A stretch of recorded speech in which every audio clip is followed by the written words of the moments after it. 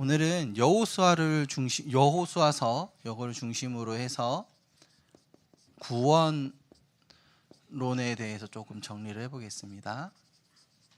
그래서 오늘 여호수아 1장부터 24장까지 다 볼 겁니다. 할렐루야.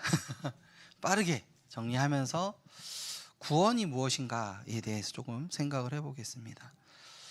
신학계에서는요, 오랜 기간 구원에 대해서, 이것에 대해서 많은 관심이 있었습니다.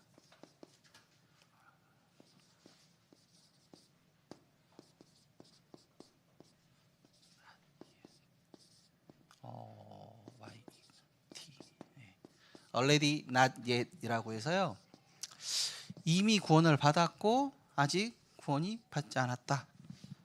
그래서 여기 이제 하나님의 나라를 생각을 할 때, 이미 우리에게 임한 하나님의 나라, 아직 앞으로 도래할 아직 오지 않은 하나님의 나라를 놓고 그 안에서의 구원을 받았다,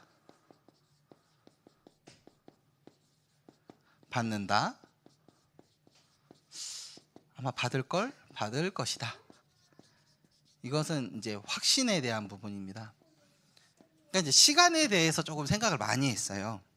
여러 이제 신학계에서 오랜 기간 동안에 이 논의가 많았습니다. 하나님의 나라를, 이미 우리에게 임한 하나님의 나라, 장차 올 하나님의 나라, 그 가운데서 이게 임했냐 올 것이냐, 이 싸움을 엄청 많이 했고요. 그리고 구원에 대해서도 하나님의 구원이 내게 임하였고 우리는 그 구원 가운데 있고 구원을 받을 것이다라는 걸 놓고 이제 많은 논의를 했습니다. 근데 정말 중요한 건 뭐냐면, 이 구원은 하나님의 선물이라는 사실입니다. 우리 편이 아니에요. 이걸 받았네, 받고 있네, 누리고 있네, 누릴 것이네, 다 중요한데 하나님이 선물로 주셨다는 거예요.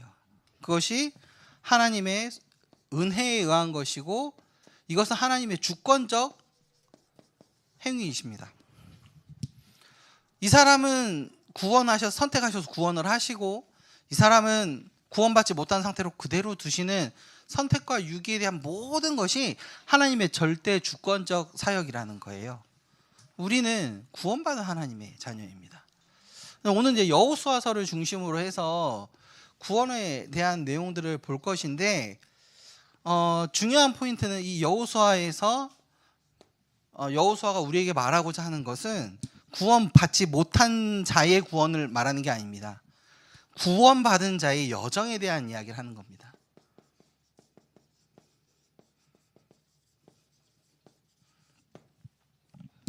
이미 홍해를 건넌 이스라엘 백성은 구원받은 자들이에요. 구원받은 자들이 어떻게 이 구원의 응답들을 누려갈 것이며, 하나님의 나라를 이 땅에서 누리면서 하나님이 다시 오실 그 하나님의 나라를 향해서 갈 것이냐에 대한 부분이 여호수아라는 것을 조금 생각을 하시고 보면 좋겠습니다. 근데 오늘 1절부터 9절에 보니까 하나님이 여호수아 개인에게 언약하신 것 같죠? 언약에 대한 관계입니다. 모세와 함께 했던 것처럼 내가 너와 함께 할 것이다. 좌로나 우로나 치우치지 않고 율법책에 기록된 것을 지켜 행하면 내가 너와 함께 하는 것을 누리게 된다라는 것은 여호수아 개인에게 준 메시지인 것 같지만, 실상은 이스라엘 전체에 주신 메시지이기도 합니다. 이게 성경의 특징입니다. 우리는 성경을 통해서 모세의 이야기인 것 같고, 여호수아의 이야기인 것 같고, 아브라함의 이야기인 것 같고, 노아에게 하신 메시지인 것 같고, 아담에게 주신 메시지 같지만, 실상은 그 개인에게 주신 메시지가 복음 공동체, 구원 공동체, 믿음의 공동체, 언약 공동체 전체에게 주시는 메시지라는 거죠. 그러니까 이 두 가지를 균형 있게 생각하지 않으면 우리는 나도 모르게 그냥 여기에만 빠져요. 개인에만. 왜냐면 내가 내 잘못 보는 거 편하고 내 유익을 바로 취하는 것이 더 빠르거든요. 근데 옆에 있는 사람은 돌아다보고 같이 가고 하는 거는 쉽지 않습니다. 그래서 복음 공동체는요, 이 두 개를 다 봐야 돼요. 그리스도의 구원 속에 있는 나, 그런데 우리 교회를 통해서 역사하신 하나님의 놀라운 구원의 계획들 같이 보아야 하는 것이죠. 자,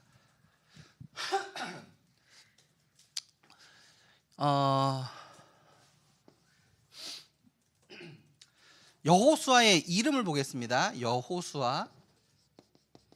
이 이름의 뜻은요, 여호와의 구원이라는 뜻입니다. 여호와 하나님이 구원하신다. 여호와께서 구원하셨다. 그런 뜻이에요. 근데 어디서 많이 본 의미죠? 이 여호수아라는 단어는 예수님의 이름과 같습니다. 예수와, 저희가 예수라고 할 때 그게 그 히브리어로 그대로 읽으면 예슈아 이렇게 되거든요. 여슈아 똑같은 단어예요. 그 단어 자음, 이제 히브리어는 자음 중심으로 가는데 그 세 글자 자음이 동일합니다. 또 동일한 게 있어요. 호세아. 그 이제 똑같이 히읗으로 시작하고 이렇게 가지 않습니까? 이게 똑같은 거예요. 그래서 여호와의 구원. 여호와는 구원자이시다. 여호와께서 구원하고 계신다. 여호와께서 구원을 이루신다. 뭐 이런 거를 다 해요. 왜냐하면 과거 이 성경이 쓰여질 때에 히브리어는 자음 중심의 그 언어였기 때문에 모음이 달려 있지 않았습니다. 그냥 기역, 니은, 디귿 여러 것만 적혀 있었던 거예요. 그러니까 발음을, 모음을 뭘 붙이냐에 따라서 의미가 조금씩 달라집니다. 그래서 1.1획도 변하면 저주를 받는다 예수님 말씀하셨죠. 그 1.1획이 이 여호수아의 요런 1.1획이 아니에요. 히브리어를 기준으로 이 점이 어디에 붙냐, 획이 어디에 붙느냐에 따라서 긍정이 되기도 하고 부정이 되기도 하고 완전 달라지기 때문에 그 1.1획을 바꾸지 말라고 했더니만 이 공부를 제대로 안 하신 어떤 분들은 이런 거 틀렸다고, 번역이 잘못됐다고, 뭐가 빠졌다고 이런 걸로 붙잡고 가거든요. 오역은 있을 수 있습니다. 그런데 의도적으로 그렇게 하면 안 되겠죠. 근데 하나님 그것도 다 사용하세요. 근데 그 예수님이 말씀하셨을 때 그때는 의도를 가지고 일부러 바꾼 거예요. 그런 거는 가만두지 않겠다 말씀하시는 거죠. 여튼 여호수아라는 이름의 뜻은 여호와의 구원이라는 거예요. 그런데 잘 보시면 이 여호수아가 있는 위치가 6번째에 있죠. 앞에 모세오경이 있습니다. 구원에 대한, 구원받을 모든 조건을 설명을 다 해놓으셨어요. 모세가 이걸 엄청 기록을 잘 했죠. 근데 하나님은 그 놀라운 구원의 역사를 이루고 그것의 주인공이었던 모세를 딱 느보산에서 부르시는 겁니다. 오케이, 거기까지. 그만하고 올라오니라. 네. 저 건강한데요? 아니야, 와. 너는 할 만큼 했어. 올라와야 돼요. 왜냐하면 율법으로는 이 가나안 땅을 정복할 수 없는 거죠. 그래서 율법을 넘어서 복음 대신 여호와께서 직접 구원하시는 것을 여호수아를 통해서 보이시겠다라는 것입니다. 이런 부분들 우리가 좀 생각을 해보면서 여호수아 전체를 통해서 하나님이 말씀하시는 구원의 내용이 뭘지 조금 확인을 하고 넘어가면 좋겠습니다.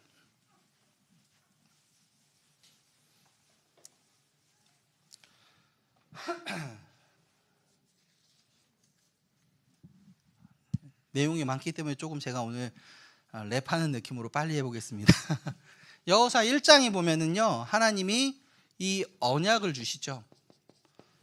모세에게 약속하셨던 그 구원의 언약을 너를 통해서 이루겠다는 겁니다. 내가 모세와 함께한 것처럼 너와 함께할 것이다 라는 것이 1장 전체를 통해서 계속 반복되어집니다. 우리에게 임한 구원은 하나님이 우리에게 선물로 주셨지 않습니까? 이 약속을 제가 찾아가서 약속해 주세요가 아니라 하나님이 우리에게 찾아오셔서 약속을 주신 거예요. 우리의 구원의 시작은 하나님의 약속에서부터 시작이 되어집니다. 2장에 보니까 뭐 하냐면 정탐꾼 둘을 보내고 여기서 이제 라합을 만나게 되죠.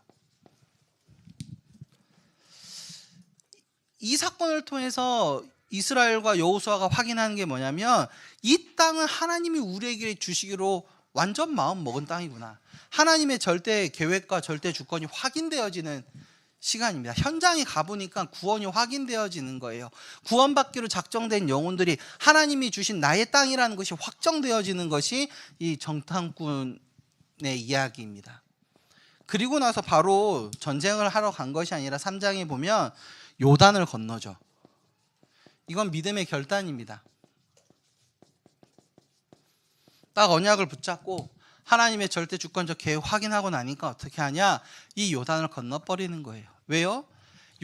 홍해를 건너지 못한 후대들이 지금 이제 대부분의 성인이 된 거죠.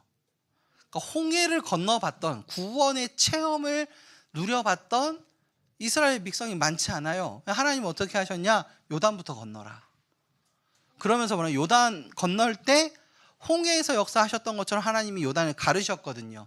그러면서 아직 물이 합쳐지기 전에 그 두령들을 보내서 12돌을 들고 나와라 하죠. 그 요단강 안에 있던 12돌을 들고 나와서 요단 반대편, 요단 동편에서 요단 서편으로 넘어가게 됩니다. 지중해가 있고 이렇게 이제 요단과 사이 갈릴리 이렇게 요단이 지나가면 이스라엘이 이렇게 들어와서 이 동쪽에서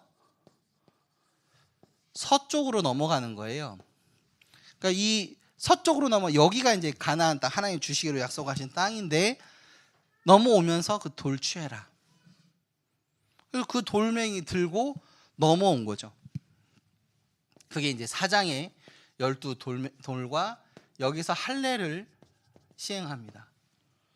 전쟁을 앞두고 있는데 남자 그 전투해야 되는 모든 성인의 그 포경 수술을 행해버린 거죠. 아무것도 못해요. 중요한 게 뭐냐? 뭘 하냐 안 하냐 중요한 게 아니라 이 언약이 너희들에게 각인되어야 된다. 너희와 함께한 후대 전체에게 이 복음 각인되지 않으면 아무리 싸워도 안 된다. 그 얘기를 하시는 거죠. 사장의 내용이 이렇게 이제 4장과 5장의 내용이 이렇게 12돌과 할례에 대한 내용들이 나옵니다. 그리고 나서 6장 여리고성 이제 전투가 벌어지죠. 그런데 여기서 중요한 포인트는 뭐냐면 이스라엘이 별로 한 게 없어요. No. 전부 다 be quiet. 조용해. 조용.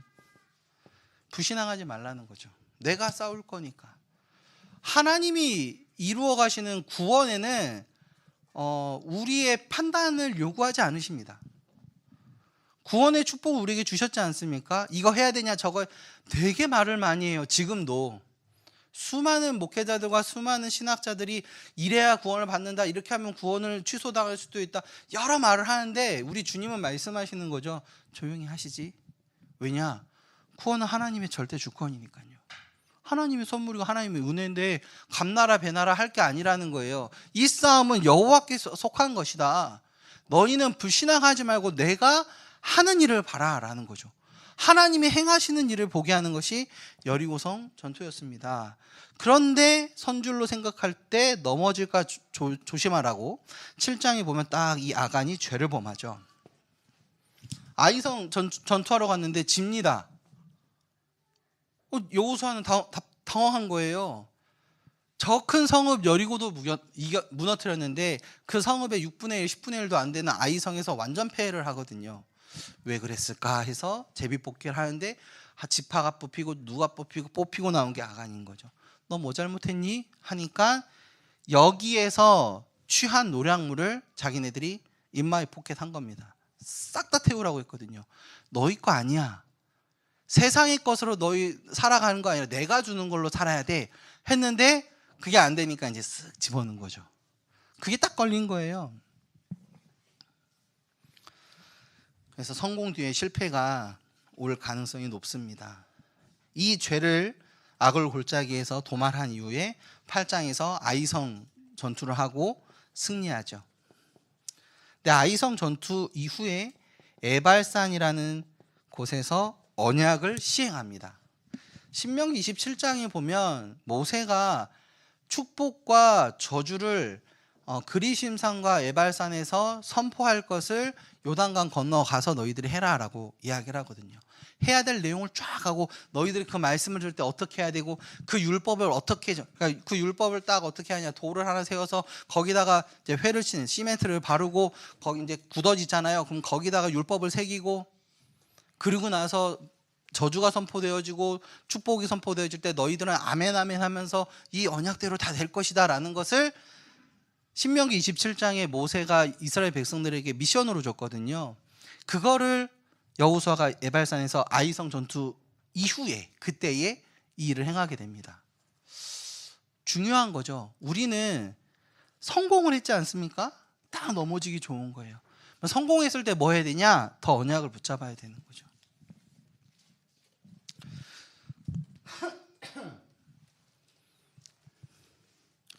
시간이 지나고 나니까 또 문제가 터졌는데,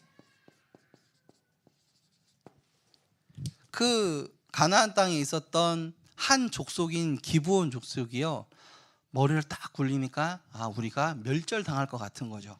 그래서 이제 선발대 2명을 딱 뽑아서 완전 뺑글뺑글 돌려서 온 것처럼, 저 멀리서 온 것처럼 완전 해진 뭐 가죽 부대, 신발, 끈, 옷들을 완전 그 낡아 빠진 거를 딱 입혀서 보내는 겁니다. 그래서 화친을 맺게 해요.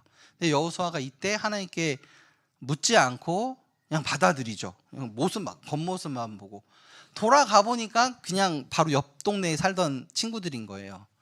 하나님 이제 나중에 알게 하시는데, 이게 여호수아가 실수로 하긴 했지만 언약을 맺어버렸기 때문에 이제 지키게 되는 겁니다. 근데 이 사건으로 말미암아 언약 관계를 맺게 되고, 10장에 보면 나머지 종족들이 이 기브온을 칩니다. 그래서 이 기브온 전투가 벌어지죠. 여러분, 우리가 잘 아는 해와 달이 스탑하게 되는 그 사건이 이제 10장에서 벌어지게 되는데요. 여기서 우리는 2가지 정도를 생각해 보아야 됩니다. 매사에 우리가 하나님의 언약을 확인하는 그런 부분들이죠.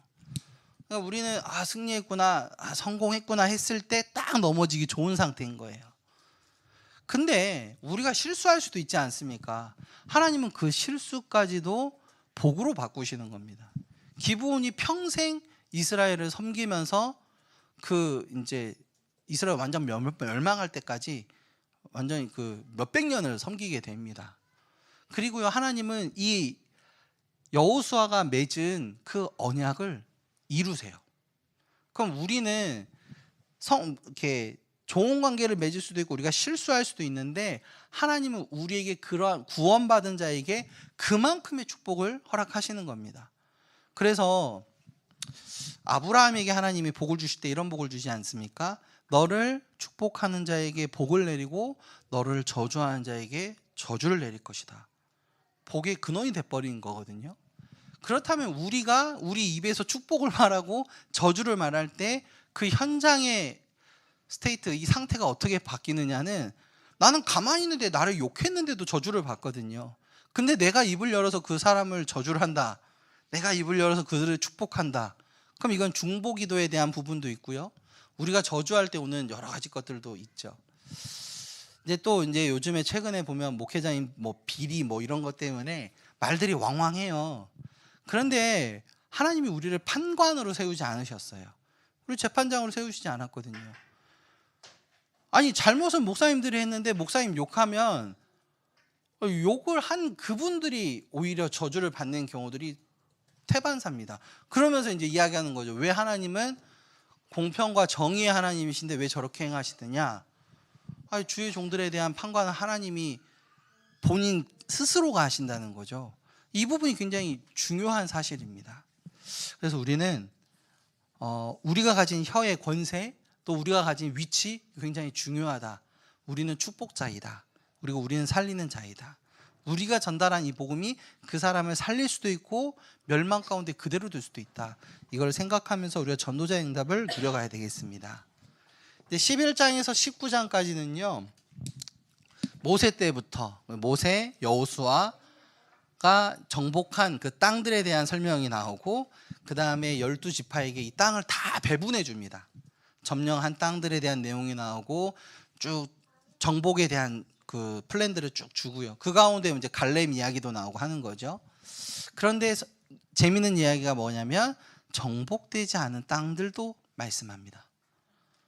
정복하라고 줬는데 정복이 안 돼요. 우리 이게 지금 구원받은 자의 여정이거든요. 구원 받아놓고도 정복되지 않는 우리 죄의 영역들이 있습니다. 그래서 여기서 우리가 생각해야 될 것이 성령 충만입니다. 우리가 언약을 붙잡고 성령 충만한 비밀을 누리게 되면 그 우리의 한계를 뛰어넘게 됩니다. 근데 성령 충만함이 떨어지고 하나님의 복음의 말씀과 멀어지게 되면 그 도사리고 있던 죄와 도사리고 있던 여러 불신앙들이 우리를 공격하는 거죠. 이건 구원의 문제가 아니에요. 우리 삶에 대한 문제, 축복을 누림의 문제거든요. 근데 이것 가지고 구원을 받았네 못 받았네, 하나님 나라에 못 가네, 그건 이제 신학적으로 맞지 않고요. 하나님의 절대 주권적 계획을 잘 모르는 거죠. 뭐 다 그냥 하나님 딱 끝내버리고 우리를 구원하셔서 이러한 고민 안 하게 하면 좋잖아요. 그럼 똑같은 얘기입니다. 선악과 만들지 말지, 그거 만들어서 왜 따먹게 만들었어? 라는 논리와 똑같은 거예요. 하나님 이유가 있어요. 깨어 기도하라는 거죠. 하나님의 백성은 깨어서 주님 바라봐야 됩니다. 하나님의 백성은 선줄로 생각했을 때 이렇게 넘어지잖아요. 넘어지지 않도록 주의해야 되는 겁니다. 구원받은 자는 이렇게 계속 가야 되는 거죠. 그래서 우리는 구원받은 자는 정착의 의미가 아니라 순례의 의미예요. 정착은 딱 그 자리에 안주하게 되고 내 거 다 챙기게 되고 여기가 조사오니 초막셋을 짓고 하나는 엘리야를 위하여 모세를 위하여 주님을 위하여 합시다. 이게 딱 그런 신앙이거든요. 근데 하나님은요 그걸 원하지 않으세요. 모세도 사라지고 엘리야도 사라지고 오직 그리스도, 오직 예수님만 남고 그리스도 붙잡고 쭉 가게 하는 거죠. 그래서 성막 보십시오. 성막은요 움직이는 교회였어요. 그런데 오히려 이스라엘이 타락하는 건 언제냐면 이 성막이 예루살렘 성에 딱 정착했을 때 타락해버려요. 한 대를 못 가지 않습니까? 다윗에서 솔로몬 넘어가면서 완전 타락의 길로 들어서거든요. 그렇기 때문에 우리는 성령 충만함을 힘입어서 전도자로서, 순례자로서, 정복자로서 나아가야 하는 것입니다. 딱 19장까지 하고 20장에 보면 도피성을 말씀하시고요. 21장에 레위 지파의 주신 성읍들에 대한 이야기가 나옵니다. 여기까지는 11지파에 대한 이야기고 12지파에 대한 이야기였고, 레위 지파 대신에 이제 다른 지파를 하나 만드셨거든요. 그래서 그들에게 주고 레위 지파와 도피성에 대한 이야기를 해요. 그럼 뭐냐? 우리가 있는 하나님의 나라에서 우리가 뭐 해야 되냐면 망대 세워야 된다는 이야기예요. 우리의 일생은 망대 세워가는 여정인 것입니다. 내가 있는 이 산업 현장에 망대 세워야 돼요. 내가 살고 있는 지역 현장에 망대 세워야 되는 거죠. 우리가 기도하는 저 선교 현장에 망대 세워야 되는 겁니다. 이거를 도피성과 그리스도 중심의 도피성과 레위 지파의 성읍들을 통해서 우리에게 보여주시는 거죠. 개인의 망대를 세워야 되고요, 교회와 우리 현장 공동체의 망대를 세워가는 것입니다. 자, 벌써 다 끝나갑니다. 할렐루야. 22장에서 뭐가 나오냐면요, 세 개 지파를 파송합니다. 뭐냐면 이스라엘 백성도 이렇게 쭉 돌아오다 보니까 이 땅도 가나안 땅 맞은편이잖아요. 그러니까 좋은 거예요. 그래서 르우벤, 므낫세 반지파, 갓지파 이런 친구들 그 지파의 두령들이 나와서 모세에게 요청합니다. 저희 그냥 여기 안 건너가고 여기를 그냥 주시면 안 되겠냐고. 그러니까 모세가 이야기하는 거죠. 너네 안 건너가면 여기에서 이뤄야 될 전투 우리 형제들한테만 맡기고 너희들은 전투 안 하려고 그러냐? 그게 아니라 여기는 우리 후대에게 주고 저희가 앞장서서 여기 가가지고 전투하겠습니다.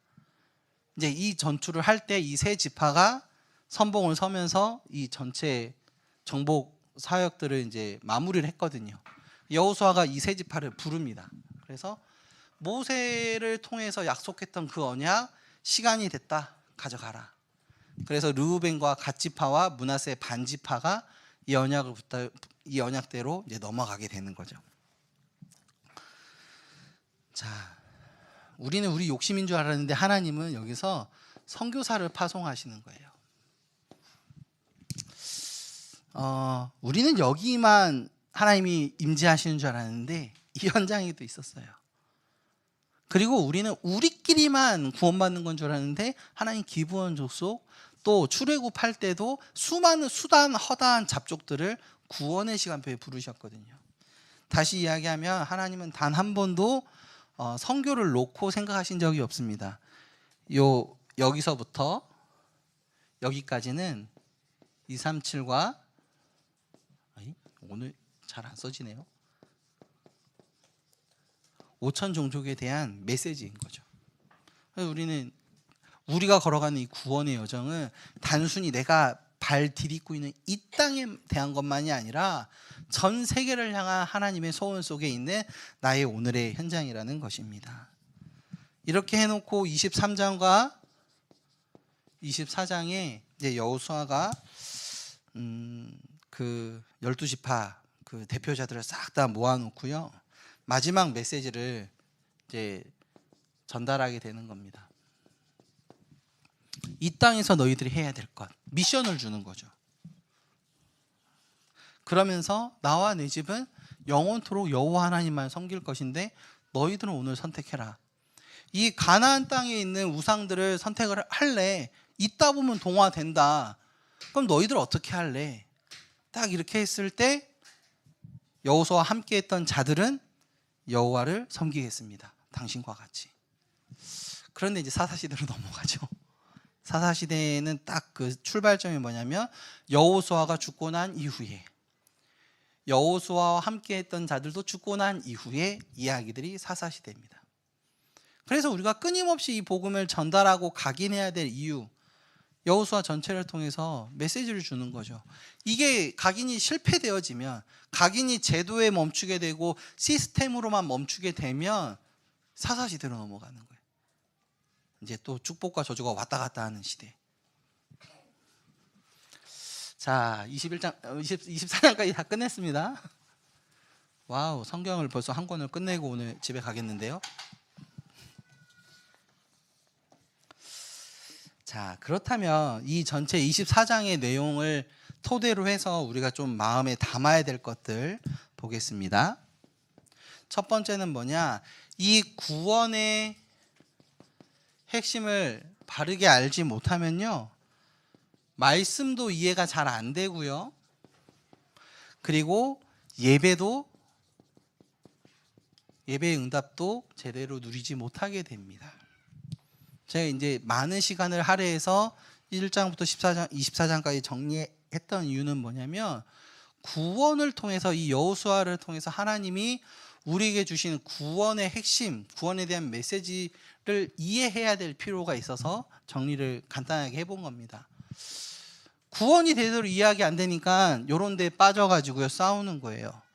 요런 거에 빠져가지고 구원을 받았네, 없어졌네, 구원을 다시 뭐 받을 수도 있고 못 받을 수도 있고, 하나님과 우리가 합력해서 막 그 뭐 구원을 이루어야 된다고 하고 이상한 얘기를 계속 가져오는 겁니다. 왜요? 복음 중심, 하나님 중심이 아니라 계속 내가 뭔가 해야 될 것 같거든요. 이 싸움을 계속 하는 거예요. 지구 역사, 신학의 역사, 그 다음에 이 구원의 역사 속에 이 싸움이 끊임없이 됐던 이유는 뭐냐? 이 구원이 이게 이해가 잘 안 돼요. 왜냐하면 이건 하나님의 선물이지 않습니까? 선물로 받은 자만 감사함으로 이해되어지거든요. 이게 아닐 것 같은 거, 막 내 상처 이렇게 있던 사람들이 다른 얘기를 계속 끊임없이 하죠. 그러니까 어떻게 되냐? 말씀이 이해가 제대로 안 되고 기준이 달라지니까 예배도 제대로 안 되는 거죠. 그래서 우리가 잘 알듯이 가인이 예배 실패한 이유, 그리스도의 피의 언약 놓쳐가지고 온 문제 아니겠습니까? 아브라함이 예배 실패했던 이유, 언약에는 크고 작음이 없어요. 내 생각에는 이거 해야 될 것 같고 내 생각은 이거 아닌 것 같고 딱 이 생각 들어가니까 예배 실패하게 되는 거죠. 그냥 말씀대로 가면 됩니다. 다른 하나님이 구원과 관련된 이 축복에 있어서는 다른 그 타협의 여지를 두지 않습니다. 왜냐하면 그 하나님 편의 일이거든요. 구원은 전적인 하나님의 사역이에요. 거기 우리 인간의 것을 필요로 하지 않습니다. 다시 이야기하면 인간의 것을 필요로 할 정도라면 그건 하나님의 구원이 아니죠. 여호와의 구원이 아닌 거예요. 여호와의 구원이라는 건 인간의 노력이나 인간의 것은 0.1, 0.0001도 필요치 않는 완전한 하나님의 것이다라는 것을 이야기하는 겁니다. 이스라엘이 왜 계속 멸망했습니까? 언약을 받아놨는데 언약 놓치니까 자기 중심적으로 언약을 막 해석하죠. 난 선민이다 막 이러면서 이상한 생각에 빠지게 되죠. 이 언약이 어떻게 됩니까? 문서화되어지고 언약이 죽어버리고 언약이 율법화되어지고 언약이 그냥 껍데기만 남았어요. 펜스만 남고 펜스 안에 있는 알맹이나 싹 사라져 버렸어요. 맛이 없죠. 진짜 중요한 건 다 놓치게 되는 거죠. 구약을 통해서 우리에게 주시는 메시지는 무엇입니까? 너희들에게 메시아를 보내줄 건데 이 메시아가 아니고서는 너희는 구원 못 받는다, 그 얘기입니다. 신약에서는 무엇을 이야기합니까? 그 메시아 대신 그리스도가 오셨는데 오직이다는 거예요. 다른 이름 없다. 근데 자꾸 다른 걸 가지고 나와요. 모세도 가지고 나오고 예레미야도 가지고 나오고 엘리야도 가지고 나오고. 우리 교회 안에 모세 같은 신앙, 예레미야 같은 신앙, 엘리야 같은 신앙 얼마나 많이 있습니까? 그런데요, 그거 다 필요하거든요. 다 좋은 거예요. 근데 구원에 있어서만큼 하나님 타협의 여지가 없는 거죠.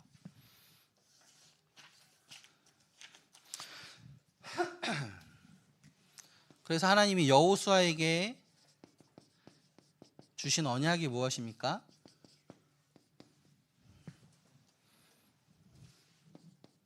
가나안 줄게, 이거죠. 아브라함에게 약속한 그 언약대로 이 땅 너에게 주겠다. 왜? 메시아가 오실 땅이니까. 너의 이름 그대로 여호와의 구원이 이루어질 땅, 여호와의 구원이 완성될 땅을 너에게 주겠다. 너와 함께한 이스라엘에게 주겠다. 그것이 하나님이 여호수아에게 주신 언약이지요. 그러니까 전략을 생각하는 게 아니라 바로 요단부터 건너버리죠. 이 요단은 세례를 의미합니다.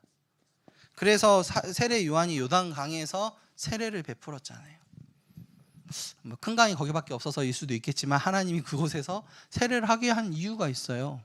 너희들이 이 강을 건너면서 구원의 은혜 가운데 들어왔다. 모든 그 요단 동편에 있었던 죄의 그 저주 가운데 있던 너의 과거를 요단에서 완전히 끝내고 그리스도와 함께 다시 살아나는 것이다. 하나님 언약을 주시는 겁니다. 그리고 나서 첫 성인 여리고성을 무너뜨리죠. 인본주의 절대 안 된다. 구원에는 인본주의 난 용납하지 않겠다, 이거죠. 그러니까 첫 성인 이 여리고성을 완벽하게 승리하게 하게 되는 겁니다. 그리고 아이성을 비롯한 여러 이제 가나안 족속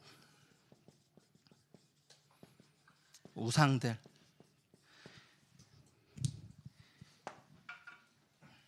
이거는요 우리의 정복의 대상자들. 그런데 잘 보세요. 이거를 복음으로 살려내면 축복의 시간표인데 복음으로 살려내지 못하면 얘네들이 들고 일어나서 쑤십니다. 계속 들고 쑤셨잖아요. 미디안이 일어나가지고 이스라엘 꼭 그 곡식 거두고 나면 그 다음날 쳐들어가서 다 가져가죠. 그 사사기에 있는 내용들이에요. 블레셋이 일어나가지고 이스라엘을 막 치죠. 아람이 일어나서 이스라엘을 막 치죠. 이 가나안 족속의 이 우상 현장은 우리가 정복하면 축복으로 와닿는데 정복하지 못하고 그냥 타협하게 되면 우리의 계속 옆구리를 찌르는 그러한 이제 약점이 되는 것입니다. 그렇다면 하나님은 이 가나안 땅을 얻을 사람, 이 땅을 누구에게 주시느냐? 첫 번째는 출애굽의 은혜를 입은 자들, 다시 말해서 구원받은 자들.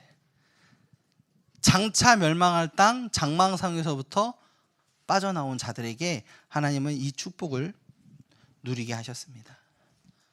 그것이 이제 홍해를 건넌 자들에게 주셨죠. 그 멸망의 골짜기를 딱 빠져나온 그들에게 주셨습니다. 다시 이야기하면요, 구원은 되돌릴 수가 없어요.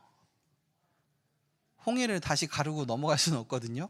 배 타고 넘어갈지 모르겠는데 하나님이 홍해를 가르고 거기서 건너게 하셨잖아요. 그 홍해를 다시 건너갈 수가 없습니다. 왜냐?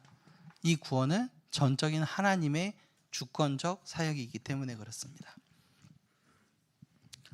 홍해를 체험하지 못한 자들에게 요단을 건너게 하셨죠.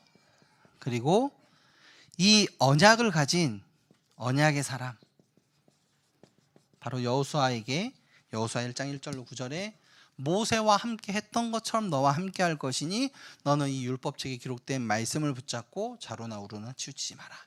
네가 이 말씀대로 딱 하게 되면 내가 너와 함께 하면서 이 가나안 땅을 정복하게 할 것이다라는 메시지를 주시죠.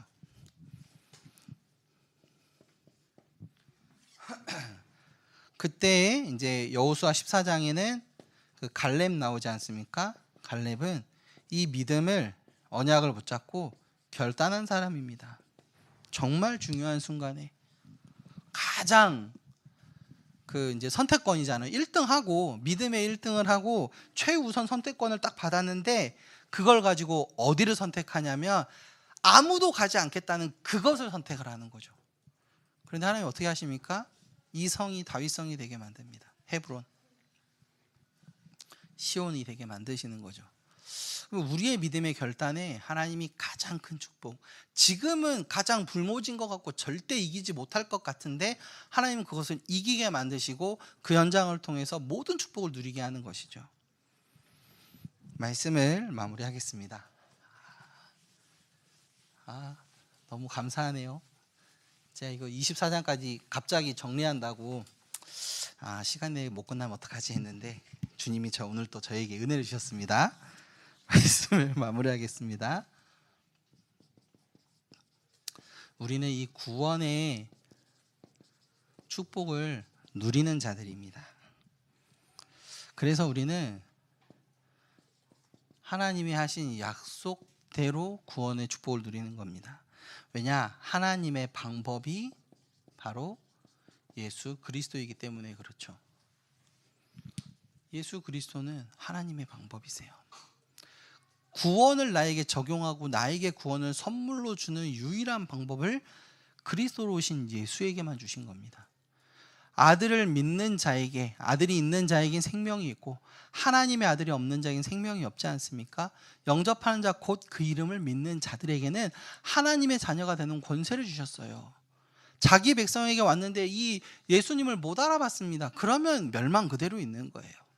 그런데 구원을 주기로 작정된 자들에게는 이 아들 되신 예수가, 나의 왕 되신 예수님이 믿어지고 받아들여지는 거죠. 그래서 우리 공동체는 이 예수님을 나의 주인으로 모셔드림의 축복을 우린 당하지 않았습니까? 모셔드리고 싶은 마음이 없었거든요. 근데 어느 날 믿어졌죠. 저희들 진짜 이상한 사람들이에요. 조금 저희는 정상적이지 않습니다. 어떻게 이 복음이 믿어집니까? 어떻게 이해가 됩니까? 신기하지 않나요? 전 너무 신기하거든요. 제가 가진 과학적 사실, 그 논리적 사고방식으로 보면 안 믿어지는 게 정상입니다. 죽어있는 상태니까. 근데 은혜가 임해버리니까 믿어지게 되는 거죠. 하나님의 방법. 그럼 이 축복을 누릴 자격이 누구에게 있습니까? 이 약속대로 믿는 믿음입니다. 하나님 앞에서는 조금 멍청해질 필요가 있어요. 너무 똑똑해가지고 이것저것 재면, 또 너무 착해가지고 이것 좀 제 죄를 씻겨내고 오겠다는 분들 많이 있거든요. 평생 가도 안 없어지잖아요. 더 진해지지. 그냥 약속대로 좀 멍청하게 믿으면 됩니다. 그래서 우리가 굳이 영접을 또 시키고, 어제 영접했는데 또 오늘 만나면 또 시키거든요. 제가 청양 가면 같은 기도를 한 3번씩 해요. 제가 이제 기도문을 아예 작성해서 앞뒤로 코팅을 해드렸는데, 무조건 뭐 찬양도 다 하지만 그거 앞뒤로 기도하고 또 제가 기도해주고 또 오거든요. 많은 말이 필요하지 않아요. 구원의 복음은 한 번만 제대로 들어가면 되는데, 이게 언제일지 모르니까, 이게 언제 딱 부딪힐지 모르니까 부딪힐 때까지 똑같은 말을 하는 거죠. 부딪혀지면 그 복음은 우리를 회복시킵니다. 부딪혀지면 그 복음은 우리를 치유합니다. 이 말씀이 우리의 10년 가운데 딱 들어오게 되면 우리 인생은 변화되어져요. 우리 아이들에게도 이 복음을 맨날 똑같이 이야기하는 이유도 뭡니까? 언제 우리 주님이 저 아이들의 인생 가운데 개입하셔서 인격적으로 만나실지 우리가 모르니까요. 그때와 기한은 우리가 알지 못합니다. 그래서 똑같은 얘기를 주구장창 해요. 저희 사모님이 오늘 이야기를 하더라고요. 우리 준서가 그랬나 시연이가 그랬나, 왜 사모님은 똑같은 얘기를 또 하세요? 그래서 맞다고 똑같은 얘기한다고.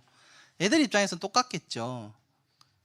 그런데 제일 중요한 거기 때문에 반복하는 겁니다. 왜요? 어제 분명히 제가 아침 먹었거든요. 오늘 아침도 먹습니다. 제가 어제 하루 3끼를 다 먹었어요. 간식까지. 근데 오늘도 점심 먹었거든요. 왜요? 한 번, 두 번 안 먹을 수 있지만 계속 안 먹어버리면 죽어버립니다. 구원은요, 지속적으로 우리에게 주시는 은혜예요. 좀 너무 유아틱하게 제가 설명을 했나 싶기도 하고요.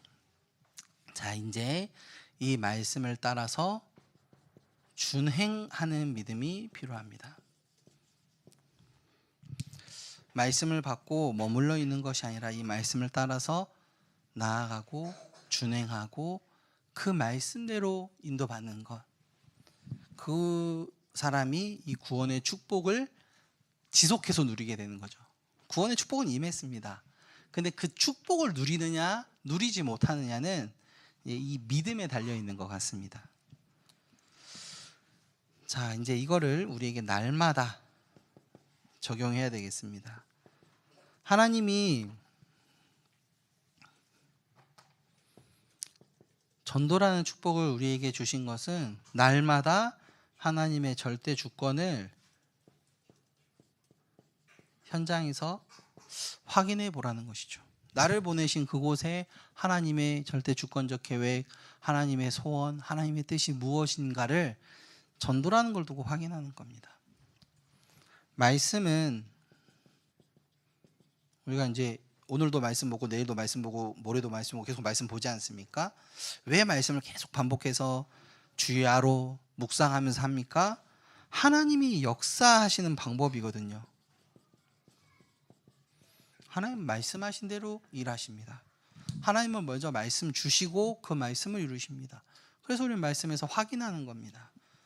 그리고 우리가 계속 기도하는 이유는 뭡니까? 시간이 남아서 기도하는 게 아니고요. 하나님이 지금 일하고 계심을 나에게 적용하고 나의 것으로 가져오는 것이 기도이기 때문에 이게 비밀이거든요. 하나님의 비밀. 기도는 하나님의 비밀입니다. 영원하신 하나님 그 보좌의 능력을 유한한 나에게 가져오는 것이 기도입니다. 절대 주권자이신 창조주 하나님의 그 영원하심을 오늘 시간 속에 제한되어져 있는 나라는 그릇에 담궈서 영혼의 비밀을 이 땅에서 누리게 하는 게 기도입니다. 좀 너무 추상적이지만 멋있지 않나요? 제가 이게 기도를 생각하면서 그랬어요. 영원하신 하나님, 절대 주권자이신 하나님을 나의 하나님으로, 어떻게 나의 하나님으로 합니까? 우리는 하나님 앞에 서면 죽을 수밖에 없는 존재인데요.